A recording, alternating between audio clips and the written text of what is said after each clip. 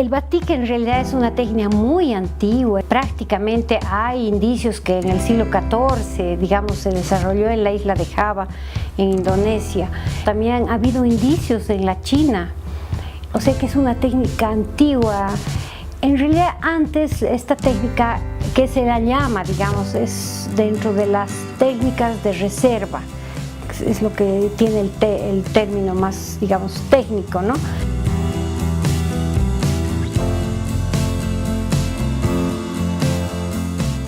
Y el batik al principio, en sus inicios, se lo hacía para confeccionar prendas de vestir o telas de rituales. Entonces, generalmente, como era muy costoso y muy detallista, eran destinados, digamos, a la aristocracia, a la gente que tenía recursos, ¿no? Y por tantos siglos ha seguido así. Después ha pasado a África, también hay en la India se practica mucho el batik. Y a partir de la gran exposición que hubo a principios del siglo XX, en 1900, se da pues una influencia muy fuerte en los artistas, todos los artistas como Picasso, los impresionistas, los dadaístas, que empiezan a buscar otros recursos técnicos, otras inspiraciones que llegan de África, de Asia, ¿no? Pero en sus inicios es una técnica artesanal. Y de ahí en el siglo XX se ha ido dando ya que los artistas se la han asumido para hacer una técnica ya para obras únicas, obras de arte, ¿no?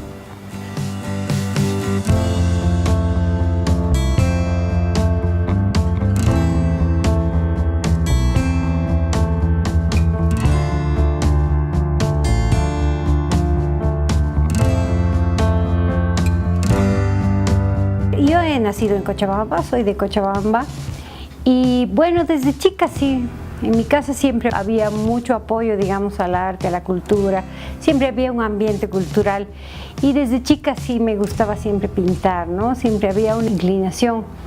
Tengo una hermana, unos años mayor que yo, que también le gustaba y es también artista.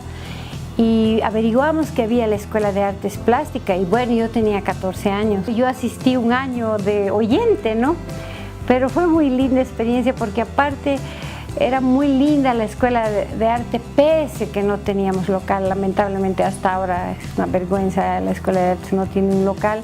Yo salí el 80 de la Escuela de Artes y curiosamente a fin de año el Centro Patiño trajo una artista que era Margarita Riedberg, que era una señora que hacía batik, una argentina, y que dio un taller, y curiosamente en ese taller éramos 80 personas que se hizo por turnos. Y realmente a mí el batik me encantó muchísimo. Fue lo que yo creo que pasa con todos los artistas, ¿no? Al final la técnica es un medio, pero uno tiene que encontrar ese más allá de la técnica, ¿no? Que hace que se identifique con uno, que pueda ser el medio que pueda plasmar todo lo que está proponiéndose.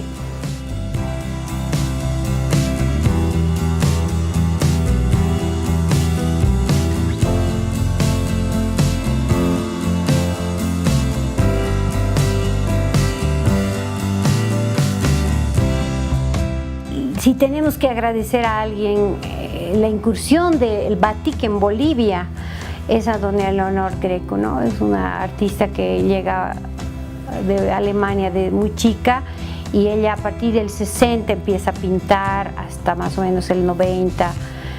Y doña Leonor es aparte que es una gran persona, una gran artista, para mí es una artista maravillosa, ¿no? Porque además como mujer es una de las pocas artistas expresionistas.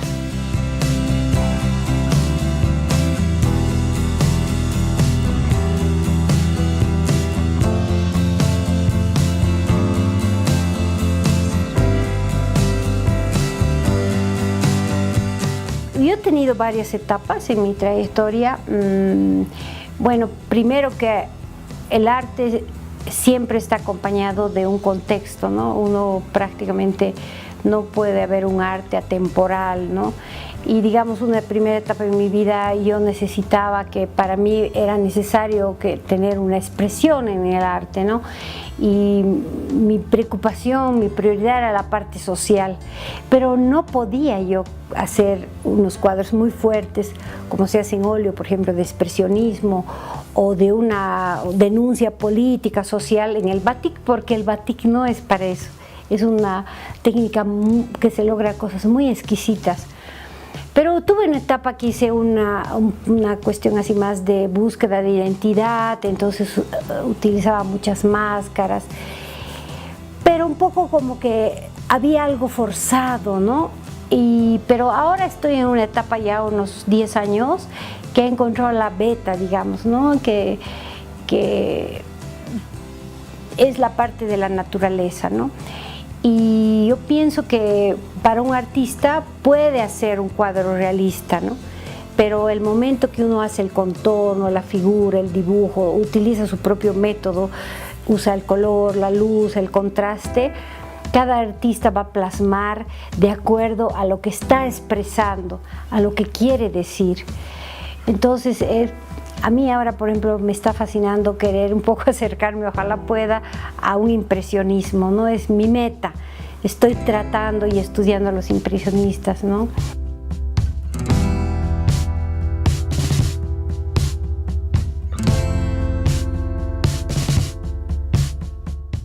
Un poco planteaba los impresionistas y era el uso del color y la luz, ¿no? El uso del color, especialmente el color como un soporte, ¿no? Un soporte de expresión. O sea, no simplemente es un mero color mezclado con otros, sino encontrar las maneras de usar esos colores y usar los contrastes de manera que ese cuadro tenga una impresión tan fuerte que motive a la gente a sentir algo más que ver un paisajito como fotito, digamos, ¿no? Esa no es mi intención, sino el representar esa naturaleza, ese paisaje para mí, pero con un gran simbolismo además de una postura personal, ¿no? de luchar por la naturaleza, ¿no? Entonces para mí es muy importante ese ir más allá que reflejar ese cuadro, digamos, con una realidad de naturaleza o de paisaje, es ir detrás de lo que significa todo ese simbolismo que yo puedo aspirar a plasmar, ¿no? A que la gente vuelva a enamorarse de la naturaleza. Vincent Van Gogh, por ejemplo, decía, hay que leer el lenguaje de la naturaleza. Y uno solamente de solo mirar un rato, ver los colores, la luz, está encontrando tanta riqueza que nos acerca también al conocimiento, porque el arte también se trata de eso, ¿no? De que no sea solamente un adorno, una cosa bonita, sino que vaya más allá, digamos, del arte en sí, digamos, o que sea solamente comercial, materialista. También pienso que tiene que tener esa parte del arte que yo la siento que es como que tiene un poder místico también el arte, ¿no? Que tiene algo de religioso, tiene algo de conocimiento, tiene algo de también que estamos construyendo sentimientos también, sentidos en la vida, ¿no?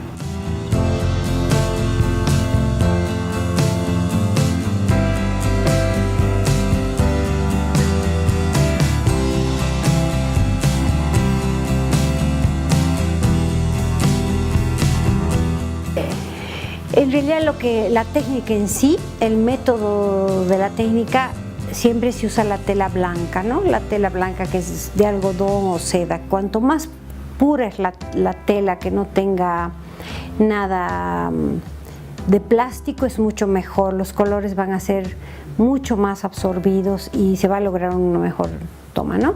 Normalmente hay que hacer un buen dibujo, ¿no? Se hace un dibujo en un papel aparte y se tiene que hacer un buen dibujo porque el problema del batik es que no se puede rehacer. O sea, pincelada que se da, se queda y no se rehace. Entonces es preciso que tener un buen dibujo. Y en base a este dibujo después se calca. Yo voy a hacer ahorita una simple forma nomás de pinceladas con las pinceladas se puede hacer, digamos, cualquier diseño, ¿no? ¿Qué es lo que se hace con la pincelada? Se tiene la cera caliente, ¿no? La cera caliente, que es cera de abeja con parafina, pero que tiene que estar caliente. Bueno, yo tengo este aparatito, pero normalmente se puede hacer en un bolsito de fierro en baño María, ¿no? Porque la cera nunca tiene que tocar el agua, ¿no? Pero sí tener un fondo de calor. Entonces, ¿qué es lo que hacemos? Normalmente, cada pincelada, digamos, que se da, cada toque que damos, estamos llenando la tela de la cera caliente. Al instante esa cera se va a secar. Entonces, ¿qué significa esto? Que va a proteger el color que querramos que quede. De ahí que cuando uno hace un diseño tiene que planificar todos los colores. ¿Por qué? Porque después de este toque que vamos a hacer del lugar que queremos que quede este color blanco, vamos a ir teñiendo. Por eso que se llama la técnica de reserva, porque vamos reservando, ¿no? Vamos poniendo, digamos, la cera y reservando ese color para que quede ese color. Y después se va tiñendo. Entonces uno tiene que planificar cada color, porque como todos los colores van uno por otro sumándose, se tiene que empezar con los colores básicos, después los secundarios y después los terciarios. Después de que cada sesión, diríamos, de pasar la cera caliente, nosotros procedemos al teñido. ¿Qué hacemos? Aquí ustedes van a ver más explícitamente. Normalmente se moja la telita y se tiñe en añelinas que están totalmente disueltas. Aquí les voy a mostrar un poquito lo que se ve, ¿no? Entonces, si ustedes se fijan, todo se ha teñido, menos lo que yo he pinceleado, ¿no? Las formas que he hecho. Entonces, una vez que yo he hecho, digamos, es lo que les comentaba, yo puedo hacer un tipo de craquelado, puedo un poquito estrujar así.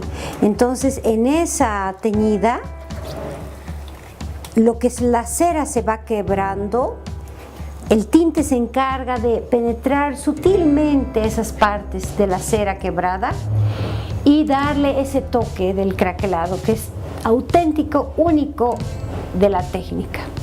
Por ejemplo, en este caso, este trabajo que ya tiene 3 colores, si ustedes se fijan, estoy haciendo unas casas en rojo y ya he pintado los colores claros. Además, es importante en esta técnica, como les decía, siempre planificar el cuadro, ¿no? No podemos improvisar, incluso cuando uno se equivoca con la cera ya no se puede borrar. Entonces hay que ver la manera de arreglar ese error. Entonces, si ustedes se fijan, aunque generalmente se toma más tiempo, aquí he puesto a otro color más oscurito y me está dando un tono más oscuro. Y así sucesivamente se va haciendo de claro a oscuro.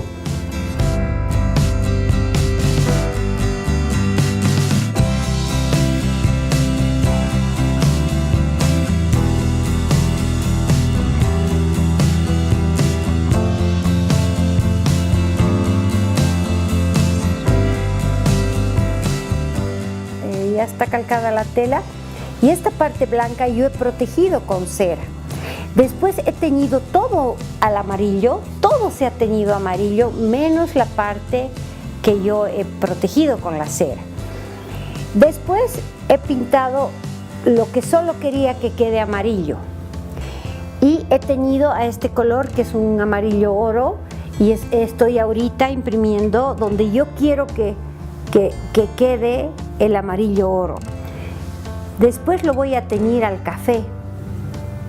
Lo voy a teñir al café. Cuando esté el café voy a hacer, es un nocturno, entonces lo que voy a hacer es ponerle unos toquecitos de café cuando seque la tela y lo voy a teñir a una serie de grises y azules hasta conseguir el último color. Generalmente son los negros, son los últimos colores. Una vez que yo termino el cuadro, lo tengo que planchar. ¿Por qué? Porque tenemos que sacar la cera. Y aquí viene lo hermoso del batik, lo que siempre a mí hasta ahora me cautiva, ¿no? ¿Qué pasa cuando uno va poniendo la cera? Esa cera caliente se seca, pero hay rajaduritas que quedan, o yo a propósito no he puesto bien la pinceleada, y entonces el otro color que va a tener va a penetrar esos pedacitos que no han sido cubiertos por la cera.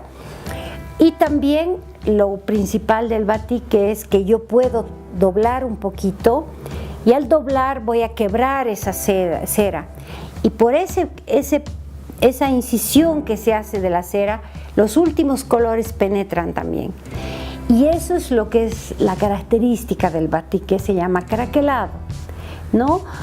Si ustedes ven un cuadro de batik, siempre va a tener rayitas, no es que uno las pinta, sino es parte, digamos, de la técnica misma, que hace que en todo su proceso se va dando estos matices.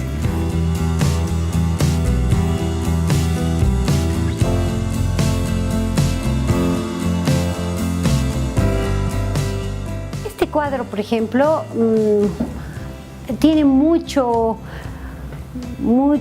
simbolismo, digamos, para mí, por el hecho de que es una rama de un jacarandá blanco. En Cochabamba tenemos mucha tradición, digamos, los jacarandás, ¿no?, en septiembre, pero hay muy pocos jacarandá blancos. Y los jacarandá blancos son muy hermosos, para mí son muy poéticos. Entonces he tratado de sacar una rama en la cual he jugado un poquito con las tonalidades blancas y grises, y he puesto atrás un turquesa para que resalte, ¿no? Y con, bueno, el juego de ramas entre café claro y el negro, que es el último color, ¿no? Entonces mucha gente que ve esto me dice, parece un cuadro japonés, y evidentemente porque la técnica misma es muy delicada. Este cuadro, por ejemplo, es a mi búsqueda ahora de lograr acercarme a un estilo impresionista. Es una laguna verde en Comarapa, que es realmente maravilloso, es un lugar muy bello, y lo que yo estoy queriendo tratar es utilizar mucho el reflejo, ¿no? El reflejo, los contrastes, era muy importante el contraste complementario, ¿no? De usar colores que se contrasten, pero en simples impresiones, juntos permiten dar una impresión muy armónica, muy estética. En los cuadros de la señora Eleonor Grecu se puede ver esa riqueza, ese logro, digamos, esa técnica depurada que ella tiene, ¿no? Con simples pinceladas tan simples, ella logra ciertos matices. Si ustedes se fijan acá, la sombra de la cara, las pequeñas sombras han sido de acuerdo a la intensidad que ha sido puesta la cera, y la capacidad del tinte de introducirse en esa cera que, digamos, no ha estado tan profundamente impregnada en la tela, o estos matices. Si ustedes se fijan, estos tonos normalmente en otra técnica no se dan, porque son, si ustedes se fijan, unos matices tan hermosos y tan sutiles al mismo tiempo, ¿no? Así como la pincelada es fuerte y precisa, pero sin embargo tienen un grado de exquisitez que les da el batik.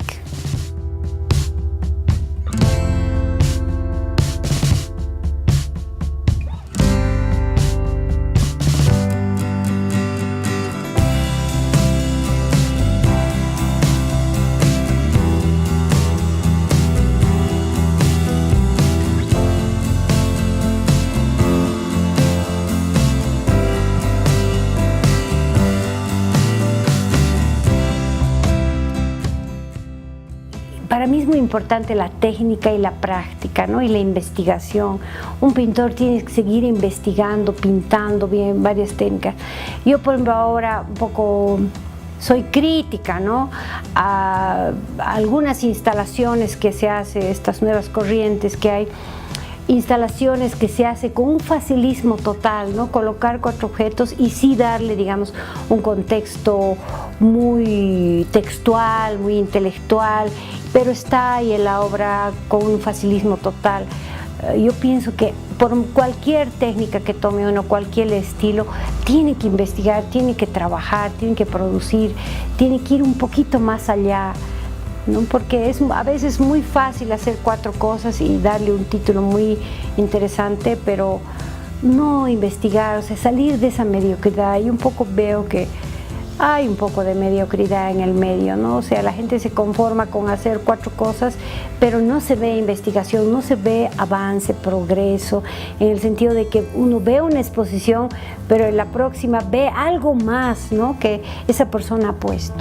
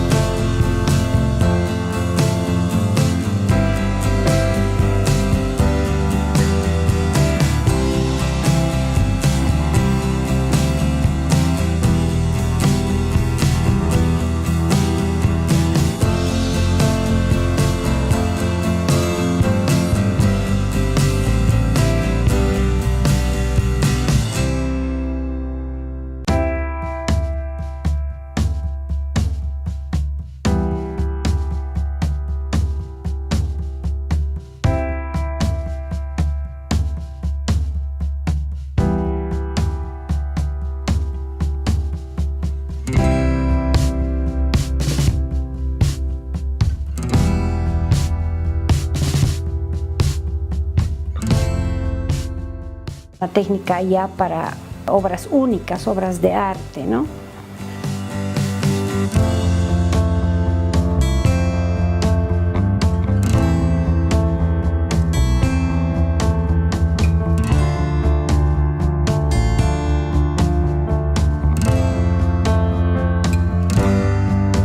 Yo he nacido en Cochabamba, soy de Cochabamba, y bueno, desde chica sí.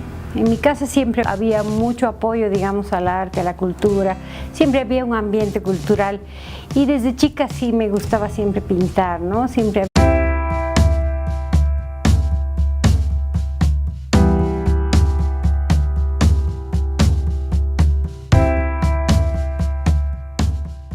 El batik en realidad es una técnica muy antigua. Prácticamente hay indicios que en el siglo XIV, digamos, se desarrolló en la isla de Java, en Indonesia. También ha habido indicios en la China. O sea que es una técnica antigua. En realidad antes esta técnica, que se la llama, digamos, es dentro de las técnicas de reserva. Es lo que tiene el té. Había una inclinación. Tengo una hermana, unos años mayor que yo, que también le gustaba y es también artista, y averiguamos que había la Escuela de Artes Plásticas, y bueno, yo tenía 14 años. Yo asistí un año de oyente, ¿no? Pero fue muy linda experiencia porque aparte era muy linda la Escuela de Arte, pese que no teníamos local. Lamentablemente hasta ahora es una vergüenza, la Escuela de Artes no tiene un local. Yo salí el 80 de la Escuela de Artes y curiosamente a fin de año el Centro Patiño trajo una artista que era Margarita Rick, y a partir de la gran exposición que hubo a principios del siglo XX, en 1900, se da pues una influencia muy fuerte en los artistas, todos los artistas como Picasso, los impresionistas, los dadaístas, que empiezan a buscar otros recursos técnicos, otras inspiraciones que llegan de África, de Asia, ¿no? Pero en sus inicios es una técnica artesanal. Y de ahí en el siglo XX se ha ido dando ya que los artistas se la han asumido para hacer un término más, digamos, técnico, ¿no?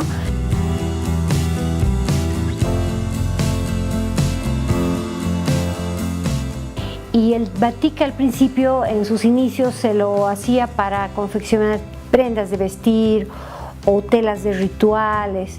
Entonces generalmente, como era muy costoso y muy detallista, eran destinados, digamos, a la aristocracia, a la gente que tenía recursos, ¿no?